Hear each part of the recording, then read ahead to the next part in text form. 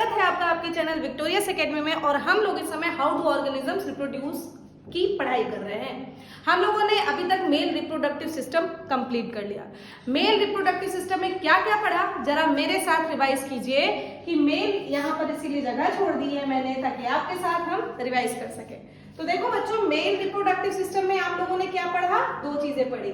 एक पढ़ी नेसेसरी वाली चीज, नेसेसरी में मतलब प्राइमरी वाले में। प्राइमरी में आपने क्या पढ़ा था कि मेल कौन होता है, टेस्टिस होता है। और एसिसरी में क्या पढ़ा, एसिसरी में डक्ट्स जो पढ़ी थी, कितनी सारी डक्ट्स पढ़ी थी मेरे साथ याद कीजिए बच्चों। आप लोगों ने पढ़ा था ऐसे गोल टेस्टिस बनाया था, टेस्टिस के अंदर इस तरीके से लोब्यूल्स बनाए थे, लोब्यूल्स के अंदर सेमिनिफेरस ट्यूब्यूल था, सेमिनिफेरस ट्यूब्यूल के बाद यहाँ पर ये खुल रहा था वासा इफ्रेंशिया में। याद करो, मेरे साथ लिखो, है ना। यहाँ पर हम लोगों ने पहला पढ़ा था वासा इफ्रेंशिया, वासा इफ्रेंशिया। फिर दूसरे नंबर पर एपिडिडाइमिस, बताओ पढ़ा था कि नहीं। फिर तीसरे नंबर पर वास डिफरेंस पढ़ा था। फिर वास डिफरेंस के बाद क्या पढ़ा था, वास डिफरेंस।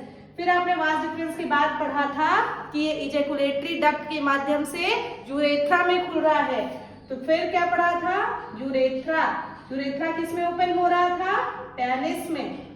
इतनी सारी डक्ट पढ़ी थी कि नहीं पढ़ी थी आपने, बिल्कुल याद है ना हर चीज, ठीक है। टेस्टिस के क्या काम बताए थे, टेस्टिस के दो इंपॉर्टेंट काम बताए थे। एक तो स्पर्म का सिक्रीट करना जो कि महत्वपूर्ण है। दूसरे, अच्छा मेल में बच्चों स्पर्म लाइफ टाइम प्रोड्यूस होते रहते हैं, ठीक है, उसमें स्पर्म में कमी नहीं आती है। लेकिन आज आप लोग फीमेल रिप्रोडक्टिव सिस्टम जब पढ़ोगे तो आप लोग ये समझोगे कि फीमेल में एग का एक टाइम होता है, उसी समय तक एग निकलते हैं और इसके बाद फीमेल बॉडी से एग का निकलना बंद हो जाता है। बहरहाल अभी मेल का रिवीजन चल रहा है तो इसकी बातें करें। टेस्टिस में दो चीजें बताई गई थी, देखिए यहाँ पर हम आगे बढ़ जा रहे हैं। टेस्टिस में दो चीजें बताई थी, एक स्पर्म निकल रहा था और दूसरे नंबर पर एक हार्मोन निकल रहा था जिसको टेस्टोस्टेरोन हार्मोन कहते हैं। और ये भी बताया था कि ये कौन सी सेल निकालती है, तो आपको बताया था इसी सेमिनिफेरस ट्यूब्यूल के पास लेडिक सेल होता है। ये लेडिक सेल टेस्टोस्टेरोन हार्मोन निकालने का काम करती है, बोलो बच्चों। और ये मेल में सेकेंडरी सेक्सुअल कैरेक्टर्स को डेवलप कर रहा था, सब याद आ गया होगा। इसके बाद हम लोगों ने पढ़ा था कि इसमें कुछ एसेसरी ग्लैंड्स होती हैं, उसके बिना स्पर्म का कोई मतलब स्पर्म बहुत ज्यादा तरीके से काम नहीं कर पाएगा। तो कौन कौन सी डक्ट थी, पहली थी सेमाइनल वेसिकल, बोलो भाई याद आया। सेमाइनल वेसिकल सीमेन बनाने का काम कर रहा था, ये पेयर्ड थे, याद आया आप लोगों को। दूसरे नंबर पर काउपर्स ग्लैंड पढ़ा था आप लोगों ने, इसी काउपर्स ग्लैंड का नाम दूसरा क्या पढ़ा था, बोलो, बल्बो यूरेथ्रल ग्लैंड। ये क्या काम कर रहा था, ये मीडियम को अल्कलाइन बना रहा था। क्यों, क्योंकि स्पर्म को फीमेल बॉडी के पास पहुंचना है। फीमेल बॉडी के वेजाइना का नेचर एसिडिक होता है और अगर इस एसिडिक माहौल में स्पर्म जाएगा तो वो तो किल हो जाएगा बच्चों, मर जाएगा। इसलिए उसको सरवाइव करने के लिए हमारे काउपर्स ग्लैंड का काम होता है एल्कलिनिटी प्रोवाइड कराना, ताकि वहां का जो मीडियम है वो न्यूट्रल हो जाए और स्पर्म फीमेल बॉडी के अंदर पहुंच जाए। और तीसरे नंबर पर कौन सी ग्लैंड थी, काउपर्स ग्लैंड भी पेयर्ड होती है। और तीसरे नंबर की ग्लैंड कौन सी थी, तो आपका आंसर है प्रोस्टेट ग्लैंड, ठीक। ये प्रोस्टेट ग्लैंड कैसी थी, ये सिंगल थी। इसके बारे में क्या आपको समझाया था मैंने, इसके बारे में आपको समझाया था कि ये पेनिस को लुब्रिकेट करने का काम करता है ताकि ये फीमेल बॉडी में आसानी से इंसर्ट करा जाए और जो स्पर्म है वो फीमेल बॉडी में इंसर्ट हो जाए। इतनी चीज तो आप लोगों को पढ़ाई थी हमने। तो इस तरीके से पूरा का पूरा मेल रिप्रोडक्टिव सिस्टम आपका एक बार रिवाइज हो गया। क्लियर हुआ बच्चों, तो याद हो गया होगा, इसको एक बार फिर से अगर देख लीजिए, नहीं तो प्रीवियस वीडियो में तो कंप्लीट जानकारी आपको दी ही गई है। आज हम लोग को पढ़ना है अबाउट फीमेल रिप्रोडक्टिव सिस्टम। देखिए बच्चों, जैसे मेल में एसेसरी और प्राइमरी चीज होती है, प्राइमरी का मतलब होता है मेन, उसके बिना कह सकते हो, नेसेसरी भी कह सकते हो उसको। एसेसरी का मतलब होता है उससे सहायक डक्ट है, लेकिन उसके बिना अगर वही नहीं होगा तो फिर मेन ही चीज नहीं होगी तो फिर प्रोडक्शन किस चीज का, ना बच्चों। तो फीमेल रिप्रोडक्टिव सिस्टम में भी जो प्राइमरी और मेन पार्ट होता है वो कहलाता है ओवरी। तो यहाँ पर देखिए ओवरी आपके सामने पहला फीमेल रिप्रोडक्टिव पार्ट लिखा हुआ है। इसके बारे में जानकारी, इसका फिगर देखो बच्चों, थोड़ा सा इसको रब कर रहे हैं और फिगर से थोड़ा सा समझते हैं हम लोग। देखिए छोटा ही बनाएंगे, इसको समझ लेना, छोटा सा बना रहे हैं हम आपके सामने।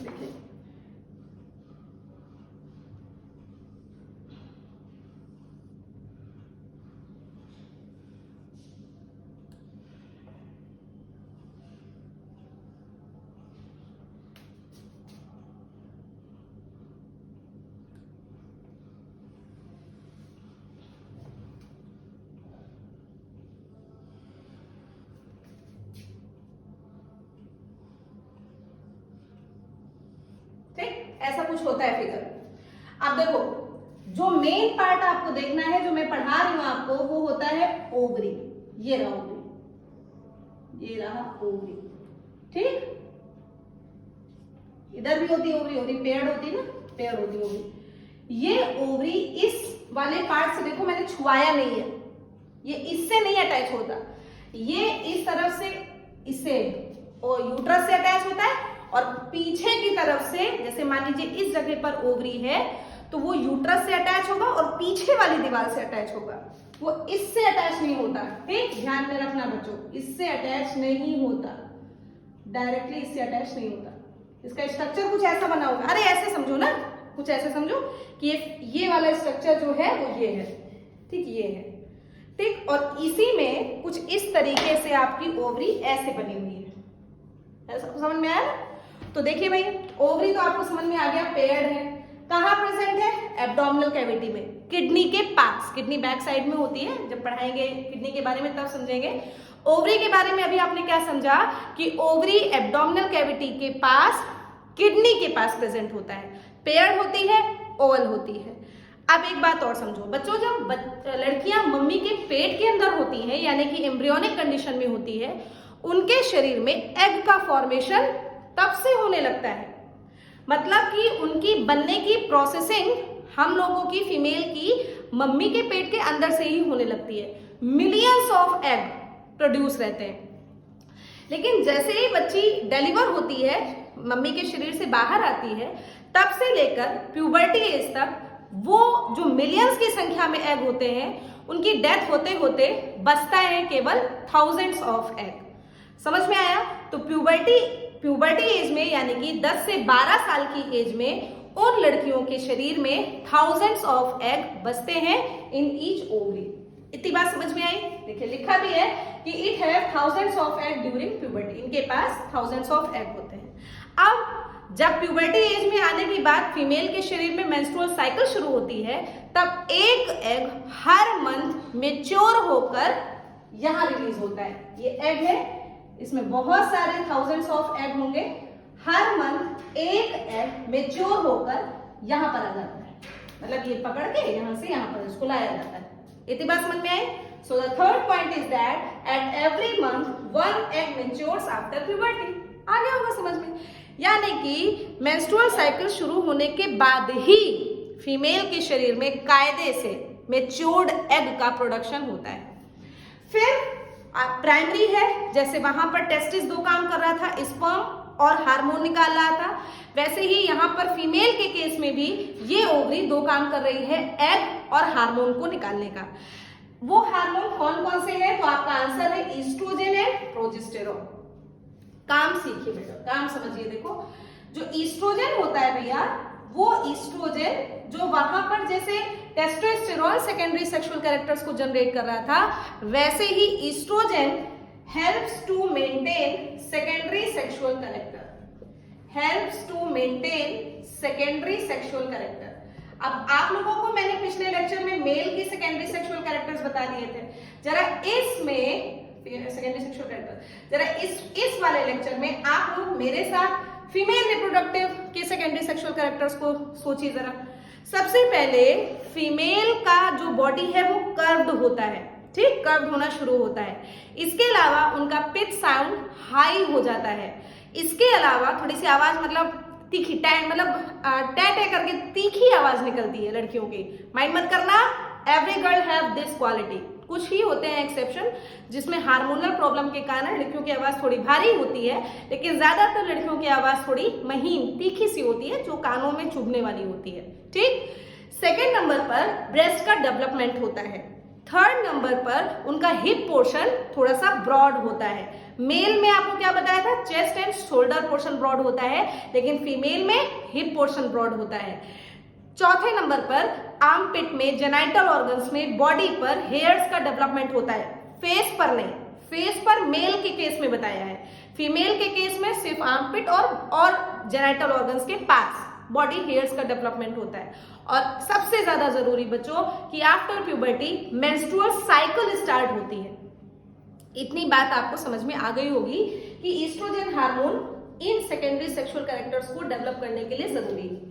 दूसरे नंबर पर प्रोजेस्टेरॉन की बात बताई बच्चों। प्रोजेस्टेरॉन हार्मोन का दो काम है, दो काम मतलब एसेंशियल, उसको आप याद कीजिए। एक तो ड्यूरिंग प्रेगनेंसी को मेंटेन करने का काम करता है, तो डायरेक्टली एक लाइन में लिख दे रहे हैं कि it helps to maintain pregnancy. अगर फीमेल प्रेग्नेंट है बच्चों तो उसके शरीर में प्रोजेस्टेरॉन हार्मोन का लेवल ज्यादा होगा, 100% है। जब फीमेल्स प्रेग्नेंट होती हैं तो उनके ब्लड की जांच होती है, यूरिन की जांच होती है, उसमें इसी हार्मोन को देखा जाता है कि बॉडी में बन रहा है कि नहीं बन रहा है। If female is pregnant then 100% है कि उनके शरीर में प्रोजेस्टेरॉन हार्मोन होगा ही होगा। तो इट मेंटेन्स प्रेगनेंसी। और दूसरे नंबर पर it helps to maintain menstrual cycle. इसके अलावा ये मेंस्ट्रुअल साइकिल को भी मेंटेन करने का काम करता है। समझ में आ गया? ओवरी के बारे में कंप्लीट बातें आपने पढ़ ली। क्या पढ़ा कि टेस्टिस के जैसे ही ओवरी भी प्राइमरी सेक्स ऑर्गन होता है। जैसे टेस्टिस दो काम करता है, स्पर्म और टेस्टोस्टेरोन हार्मोन निकालने का, वैसा ही सेम ओवरी भी एग को निकालने का काम कर रहा है। साथ ही साथ दो, मेल के केस में एक सेक्स हार्मोन था, फीमेल के केस में दो सेक्स हार्मोन है। दोनों सेक्स हार्मोन को मेरे साथ रिपीट कीजिए, estrogen as well as progesterone. Estrogen helps to maintain the secondary sexual character, but progesterone helps to maintain the menstrual cycle as well as pregnancy. Clear हुआ? तो ovary के बारे में तो आपने पढ़ लिया। अब सेकेंड पार्ट आता है बच्चों ओविडक्ट। समझ में आया? इस ओविडक्ट का दूसरा नाम होता है, बोलो, फैलोपियन ट्यूब। पीछे लिखा हुआ है ओविडक्ट का दूसरा नाम फैलोपियन ट्यूब। ये दोनों तरफ से देखो निकली है, एक इधर से भी ओविडक्ट निकली है, इधर से भी ओविडक्ट निकली है। आया समझ में? थोड़ा सा इसके अंदर का हम पार्ट बना दें, है ना, तो फिर आपको और अच्छे से समझ में आएगा। चलो अब अगर ओविडक्ट की बात करें बच्चों, तो ओविडक्ट आपके सिलेबस में तो नहीं है, लेकिन तब भी थोड़ा सा ज्यादा पढ़ने में कोई प्रॉब्लम नहीं है। ओविडक्ट के कुछ पार्ट्स होते हैं। देखो ये जो फिंगर लाइक अपीयरेंस आपको दिख रहा है ना, फिंगर लाइक, इस पार्ट को हम लोग कहते हैं फिम्ब्रियाई। ये लिखा हुआ ना फर्स्ट पार्ट फिम्ब्रियाई। उसके थोड़े से आगे अगर आप देखो तो उसको हम लोग कहेंगे इन्फंडिबुलम। क्या कहेंगे? इन्फंडिबुलम। इसके बाद आता है एम्पुला, ठीक, इसके बाद आता है एम्पुला, और एम्पुला के बाद, ठीक, एम्पुला के बाद ये जो पार्ट आगे का होता है इसको कहते हैं इस्थमस। सीक्वेंस से देखिए ना, सबसे पहले फिम्ब्रियाई जो फिंगर लाइक प्रोजेक्शन है, इसके बाद इन्फंडिबुलम, इन्फंडिबुलम के बाद एम्पुला, एम्पुला के बाद इस्थमस।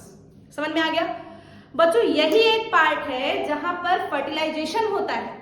यानी कि ये जो देखो कायदे से अगर देखा जाए तो आपकी 12th की एनसीईआरटी में ये लाइन लिखी हुई है, हम लिख दे रहे हैं 12th की एनसीईआरटी में ये लाइन लिखी हुई है। अच्छी चीज है, इसको जानकारी ले लीजिए। जहां पर एम्पुला और इस्थमस आपस में मिलते हैं, एम्पुला और ये इस्थमस, यानी कि इस पार्ट में जहां पर ये आपस में मिलते हैं, इस वाले रास्ते से स्पर्म आता है और इस एग के पास पहुंचकर फर्टिलाइज कर जाता है। मतलब कि मेल और फीमेल गैमेट अगर आपस में फ्यूज हो रहे हैं तो उसका साइट क्या है? तो आपका आंसर है फैलोपियन ट्यूब। आपके 10th के हिसाब से आप आंसर फैलोपियन ट्यूब दे सकते हो, लेकिन 12th के हिसाब से आपको पता होना चाहिए, ये मैंने लिख दिया है, it is the ampullary isthmic junction. Clear हुआ बच्चों? इसके बाद एक लाइन लिखी है, it carry egg from ovary to uterus. Yes, अगर ये फर्टिलाइज्ड एग हो गया तो अब इस फर्टिलाइज्ड एग को धीरे धीरे खिसकाकर यूट्रस के पास लाना है। ठीक। और इसके अलावा नेक्स्ट पार्ट में लिखा है it is the site of fertilisation, इसी पार्ट में फर्टिलाइजेशन होता है। देखा, तो दो पार्ट आपने कितनी आसानी से पढ़ लिया, ओवरी और ओविडक्ट के बारे में। ये रही ओवरी, ये रहा ओविडक्ट। तीसरा पार्ट क्या होता है बच्चों? तीसरा पार्ट होता है यूटरस। उसको चलिए अच्छा इसका स्क्रीनशॉट लीजिए बच्चों, स्क्रीनशॉट लीजिए। आपको इसके आगे यूट्रस, यूट्रस के बाद सर्विक्स, सर्विक्स के बाद वेजाइना, इसके बारे में आपको पढ़ाना है। तो फटाफट से इसका स्क्रीनशॉट ले लिया होगा। चलिए इसको रब करते हैं, उसके बाद आपको पढ़ाते हैं यूट्रस के बारे में।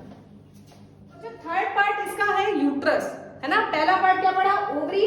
दूसरा पार्ट क्या पढ़ा आपने? ओविडक्ट, जिसको हम लोग फैलोपियन ट्यूब कह रहे थे। फैलोपियन ट्यूब के बारे में आपने पढ़ा कि उसके डिफरेंट पार्ट होते हैं। किस पार्ट में फर्टिलाइजेशन होता है? तो आपका आंसर है किस पार्ट में? फैलोपियन ट्यूब में। इतनी बातें पढ़ ली है ना। थर्ड पार्ट क्या हुई कि वो किस में खुलता है बच्चों? यूट्रस में। यूट्रस को हिंदी में गर्भाशय कहते हैं सभी को। अब इसकी हिंदी इसलिए बताना जरूरी, गर्भाशय का मतलब है क्योंकि बेबी का डेवलपमेंट वहां होता है, ठीक है। सारे एनिमल्स में उस यूट्रस में बच्चे को रहने का अलग अलग पीरियड होता है। इस पीरियड को गेस्टेशन पीरियड कहते हैं। गेस्टेशन, GESTATION बताएंगे अभी आपको, आगे लिखवा देंगे। इसको गेस्टेशन पीरियड कहते हैं। बहरहाल देखिए ये पियर शेप का स्ट्रक्चर है, ठीक है। नाशपाती, पियर को एक फ्रूट होता है ना, उसको नाशपाती कहते हैं। ऊपर से देखो चौड़ा दिख रहा है, नीचे से सकरा हो रहा है। ये नीचे से सकरे पार्ट को सर्विक्स कहते हैं, या इसके कैनाल को सर्वाइकल कैनाल कहते हैं। आप कंफ्यूज मत होना, हंसी की बात सुनिए। सर्वाइकल, गले में पट्टा बांध, जो कहते हैं सर्वाइकल हो गया, गले में पट्टा बांध लेता है भैया, ये सर्वाइकल कैनाल यहाँ की है। समझ में आया? फीमेल के रिप्रोडक्टिव पार्ट में एक सर्विक्स रास्ता होता है, एक सकरा नैरोवर पार्ट होता है, और उसमें प्रेजेंट कैनाल को सर्वाइकल कैनाल कहते हैं। इतनी बात समझ में आई? यूट्रस का जो नैरो पार्ट होता है उसको सर्विक्स कहते हैं, और उसमें प्रेजेंट कैनाल को सर्वाइकल कैनाल कहते हैं। क्लियर हुआ बच्चों? इसके बाद लिखा है ये दोनों ओविडक्ट आकर एक कॉमन चैम्बर में खुलता है जिसको यूट्रस कहते हैं। उस यूट्रस में बहुत मोटी लेयर होती है जिसको पेरीमेट्रियम, मायोमेट्रियम और एंडोमेट्रियम कहते हैं। क्लास 12 में आप पढ़ोगे कि जब मेंस्ट्रुअल साइकिल होती है तो इन्हीं मसल्स में तोड़ मरोड़ होती है, यही मसल्स कटती फटती हैं, तब जाकर ब्लीडिंग होती है। वो कौन सी लेयर है? तो अभी इसे जान लो, छोटी छोटी सी बात है। Endometrium layer of uterus breaks down and forms bleeding in human female. At every month it causes menstrual bleeding. समझ में आ गया? नेक्स्ट पार्ट क्या लिखा है बच्चों? The growth and development of embryo, या फिर आप जाइगोट भी लिख सकते हो, क्योंकि यहाँ पर जब मेल और फीमेल का एग और स्पर्म आपस में फ्यूज होगा, जाइगोट बनाएगा। वो जाइगोट खिसकते खिसकते यहाँ पहुंचेगा, एम्ब्रियो बनाएगा, एम्ब्रियो से बच्चा बनेगा, चाइल्ड बनेगा, और फिर 9 मंथ्स के बाद डिलीवर आउट हो जाएगा। लेकिन वो पूरी की पूरी जो डेवलपमेंट होता है पूरा का पूरा किसी भी बच्चे का, वो कहाँ होता है? यूट्रस में होता है। इतनी बातें समझ में आ गई? अब यूट्रस के बाद का ये जो सकरा रास्ता है वो सर्विक्स कहलाता है। ये सर्विक्स एक दूसरे पार्ट में खुलता है जिसको वेजाइना कहते हैं। इसको क्या कहते हैं? वेजाइना कहते हैं। तो देखो लिखा है cervix opens into another tube called vagina. ये असली अच्छा चीज और देखो, ये सर्विक्स बच्चे बहुत सकरा पार्ट है। जब बच्चा यहाँ डेवलप कर रहा होता है उस समय ये सर्विक्स सकरा रहता है। जब बच्चे को डिलीवर होना होता है तो ये खुल जाता है, तो फिर बच्चा नीचे की तरफ पास हो जाता है। तो vagina along with cervix forms birth canal. यही वेजाइना सर्विक्स के साथ मिलकर बर्थ कैनाल का फॉर्मेशन करती है, क्योंकि बच्चे को यहीं से बाहर निकलना है, बॉडी से बाहर आना है। ये वेजाइना ही एक ऐसा रास्ता है जहां से स्पर्म एंट्री करके फीमेल बॉडी में फैलोपियन ट्यूब तक पहुंचता है। समझ में आ रहा होगा? और इसके पहले मैंने क्लियर कर दिया है कि वेजाइना का नेचर कैसा होता है? एसिडिक होता है। इसीलिए तो कॉपर्स ग्लैंड का नेचर कैसा था? मेल के कॉपर्स ग्लैंड कैसा निकाल रहा था? एल्कलाइन नेचर कर रहा था कि नहीं कर रहा था? ताकि जब मेल से स्पर्म निकले तो यहाँ की एसिडिटी को न्यूट्रल कर दे, और फिर बड़े आराम से फीमेल के शरीर में ऊपर तक, वो फैलोपियन ट्यूब तक उसका स्पर्म जा सके। एक इंपॉर्टेंट बात मेरे बच्चों समझो, आपने क्या पढ़ा था मेल के पार्ट में कि जो यूरेथ्रा होता है वो कॉमन एक सिंगल ओपनिंग होती है। ह्यूमन मेल के शरीर में एक ओपनिंग होती है, उसी रास्ते से यूरिन भी पास होता है, उसी रास्ते से स्पर्म भी निकलता है। इतनी बात समझ में आ गई कि नहीं आ गई? लेकिन फीमेल के शरीर में बच्चों 2 ओपनिंग्स होती हैं। जेनाइटल ऑर्गन के पास 2 ओपनिंग होती है। एक ओपनिंग जहां से यूरिन एक्सक्रीशन होता है, उस ओपनिंग को यूरेथ्रल ओपनिंग कहते हैं। देखिए लिखा है, in case of human female urethral opening is present for passing of urine. Urine को निकालने के लिए यूरेथ्रल ओपनिंग होती है। लेकिन एक और ओपनिंग होती है जिस ओपनिंग को हम लोग कहते हैं वेजाइनल ओपनिंग। आई बात समझ में? ये वेजाइनल ओपनिंग यहीं से मेंस्ट्रुअल साइकिल कॉज होता है, मतलब मेंस्ट्रुअल ब्लीडिंग होती है, यहीं से बच्चा डिलीवर करता है। इसी एक रास्ते से ह्यूमन का पेनिस इंसर्ट करता है ताकि जो स्पर्म है वो फीमेल की बॉडी में एंटर कर जाए। तो कितनी सारी बातें आप लोगों ने पढ़ ली है भाई, वेजाइना से रिलेट करते हुए सब कुछ समझ में आ गया होगा। अच्छा एक बात और जानो, ये जो वेजाइना का पार्ट होता है बच्चों, इसमें छोटा सा लेयर मतलब पर्दा लाइक स्ट्रक्चर होता है, छोटा सा मेम्ब्रेनस स्ट्रक्चर होता है जिसको हाइमेन कहते हैं। हाइमेन कहते हैं, ठीक है, इसको समझ लो छोटा सा। ये हाइमेन आज से 50 साल पहले, 40 साल पहले माना जाता था कि it is the sign of virginity, यानी कि फीमेल अभी तक किसी भी मेल के साथ फिजिकल मीटिंग नहीं हुई है उसकी। तो और इसके टूटने से थोड़ा सा ही ड्रॉप वाइज ब्लीडिंग होता है। भाई ये लेयर है यार, अगर टूटेगा तो ड्रॉप वाइज ब्लीडिंग तो होगी ही होगी। तो सबसे पहले इसको सिंबल ऑफ वर्जिनिटी कहा जाता था। वर्जिन का मतलब अब तक समझ में आ गया होगा, that the female does not physically meeting by male. अभी तक जब तक ये लेयर है तब तक वो फीमेल अभी तक किसी भी मेल के साथ फिजिकली मीट नहीं की है, ऐसा 50 साल पहले माना जाता था। लेकिन आज के केस में फीमेल हॉर्सिंग कर रही हैं, घोड़े चला रही हैं, तैराकी कर रही हैं, साइकिलिंग कर रही हैं, हर वो काम जो मेल करता है वो फीमेल भी करती है। तो इस तरीके के केस में ये बहुत बारीक सी लेयर है, वो कभी भी टूट सकती है। तो अब एनसीईआरटी में साफ साफ लिखा है, मेडिकल साइंस में ये चीज प्रूफ हो चुकी है कि इसका प्रेजेंस या एब्सेंस इस बात को निर्धारित नहीं करता है कि फीमेल वर्जिन है या नहीं। समझ में आ गई होगी बात? तो इस तरीके से आपका फीमेल रिप्रोडक्टिव पार्ट पूरा का पूरा कंप्लीट होता है। बच्चों अभी भी इसमें आपका फर्टिलाइजेशन का पार्ट देखिए, आपका बचा क्या क्या है, फर्टिलाइजेशन बचा है, प्लेसेंटा क्या होता है ये बचा है, मेंस्ट्रुअल साइकिल थोड़े सा पढ़ाएंगे, छोटा सा टॉपिक गेस्टेशन पीरियड क्या होता है, तो नेक्स्ट वीडियो में तो ये सब पढ़ा देंगे। और फिर एक वीडियो में आप लोगों को पढ़ा देंगे जिसमें आप लोगों को वो जो बैरियर मेथड, मतलब किस मेथड से हम लोग इस बढ़ती हुई पॉपुलेशन को कंट्रोल कर सकते हैं, इन मेथड्स के बारे में पढ़ाना है, मतलब कॉन्ट्रासेप्टिव मेथड जिनको कहते हैं। तो इस तरीके से आज तो फीमेल रिप्रोडक्टिव सिस्टम आप लोगों ने कंप्लीट करके पढ़ लिया, ठीक है। नेक्स्ट वीडियो में हम लोग इसी के आगे फर्टिलाइजेशन से रिलेट करते हुए आगे बढ़ेंगे। सो तब तक के लिए बच्चों पढ़ते रहिए, एंजॉय कीजिए और आराम से पढ़िए, थोड़ा पढ़िए, आराम से पढ़िए, कंप्लीट जानकारी लेते हुए पढ़िए, शेयर कीजिए, लाइक कीजिए, चैनल को सब्सक्राइब कीजिए। तब तक के लिए बच्चों थैंक यू।